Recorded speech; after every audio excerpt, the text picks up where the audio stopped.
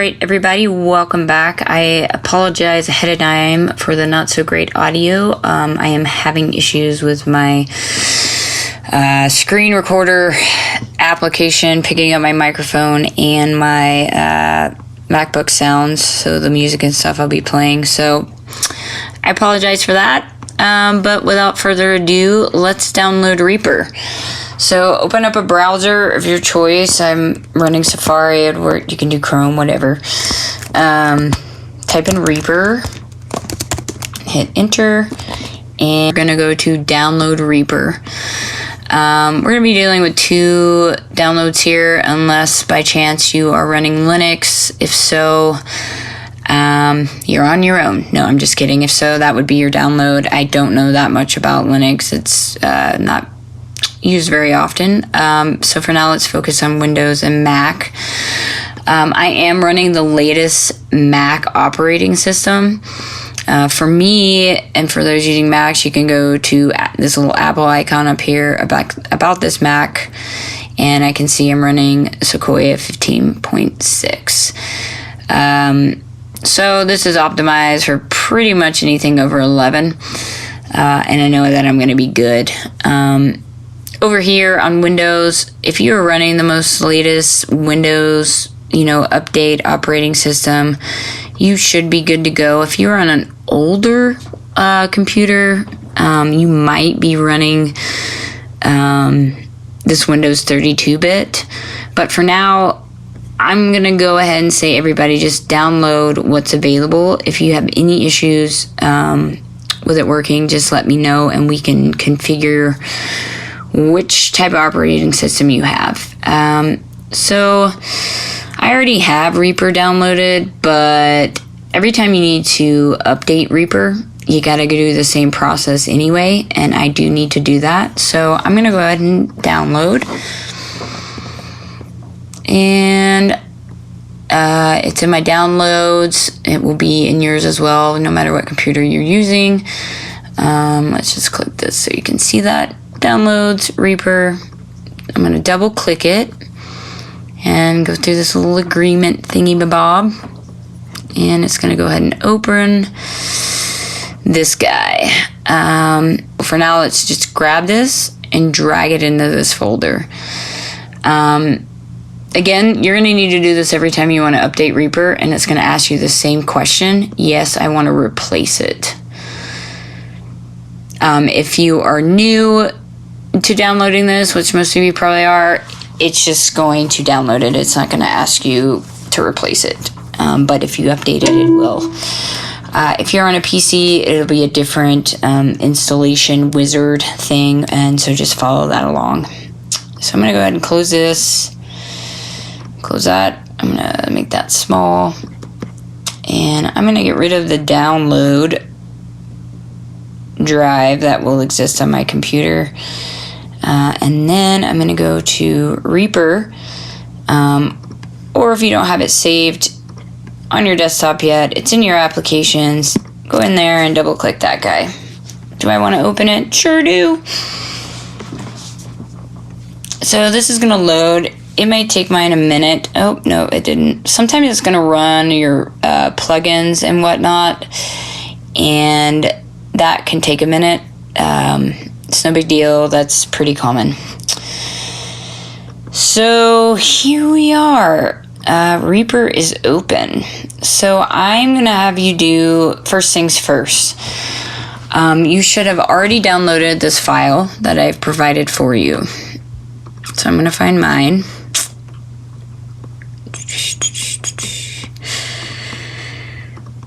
And it's this file that is called TBITC configuration. And so to get started, before we do anything, I want to have you import these preferences. So we're going to go back to Reaper. We're going to go into Settings, General, and then Import Configurations. Before we import anything, this is super crucial. We want to export what exists already in case something were to go wrong down the road and you needed these default settings. You can easily re-import them. Otherwise, you would have to uninstall the application, reinstall it, go through the whole things that you don't have time for. So to be safe, first things first, we're in general. We're going to go to export configurations. Now all of these are checked, and I'm going to go save. So for this, I'm going to go default 2025. It's going to do its thing. Okay, success. I definitely fast forward that. It took a considerable amount of time, potentially because I have a ton of different plugins and such. I don't know how long it will take for you, but just let it populate, and as long as it's a success, we're good to go. So once we have done that, we've exported and saved our default configuration. We want to go into import configuration. So this is where I'm going to find the file that I downloaded, that you have downloaded, and it's this one right here. We're going to select it, and we're going to say open. Do I want this? Yes.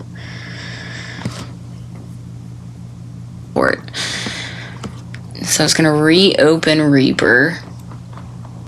And I am going to go over here and double click. This is how you create a new track. I'm going to double click on this side. Now I want everyone to do this, and I'm going to go ahead and come here, and I'm going to pull this over and make sure I can see all of these things. This route, this FX button here, this trim one is really important.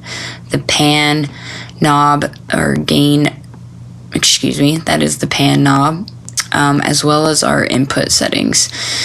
If your track does not look like this, let me know ASAP. I want to make sure that as I'm going through these tutorials, your setup also looks the same. So first things first, make sure you import those preferences. Now, here is the second most important thing that you can do. We're going to go to File, and we're going to go to Save.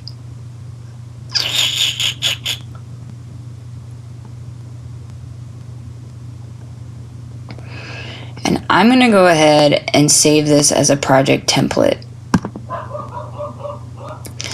The reason I'm doing this is so that, you know, oftentimes things get messed up. Preferences, other features may have been turned on and off. This has happened to me in multiple different DAWs. So this ensures every time I start a new project, I'm just going to go ahead and start from this template that I've created. And that will make sure that everything is in the same place as it was before. As we start working on larger projects, as you do, it is so easy to accidentally click or unclick something and things start to get out of whack. This is a great way to just ensure every time you have a new project that it's going to be the same. So I'm going to label this as Kate's default, that's not right, project.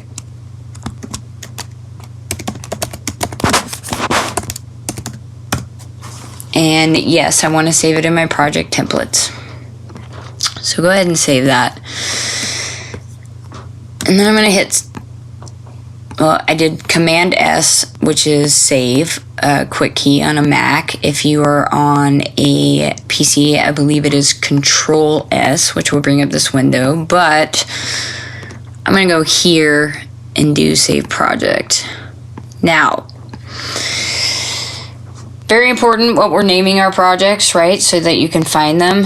I'm going to put week 2 settings demo. And I'm I'm going to pick a place where I would like this to be saved. Now, you could do documents, you could do downloads, you could do your desktop, wherever is most convenient for you to find your folders. For me, I've created a folder for this class, so that is the one that I'm going to be choosing. And this is where I will save my project. Again, this could be on your desktop, downloads, documents. It doesn't matter as long as you know where it is and how to find it. Now, what does matter are these settings. We want to make sure that we are clicking Create Subdirectory for Project, as well as Copy All Media into Project Directory. This ensures that all of our audio files, our backup files, any settings or anything that we have used and collected in this session will all be compiled into the same folder. You would be shocked at how if you don't click these, where things end up. Why they would even do that as a function, I'm not sure. But, so, name it, pick the location where you want to name it. For me, I already had a folder. You can create a folder on your desktop called Reaper. It doesn't matter, but just pick somewhere. Make sure these are selected and then click Save. Awesome. So, for now, I'm going to leave you with that before I start this next video on how to import audio and go from there. I don't want to overwhelm you. And so stay tuned for creating our first Reaper project.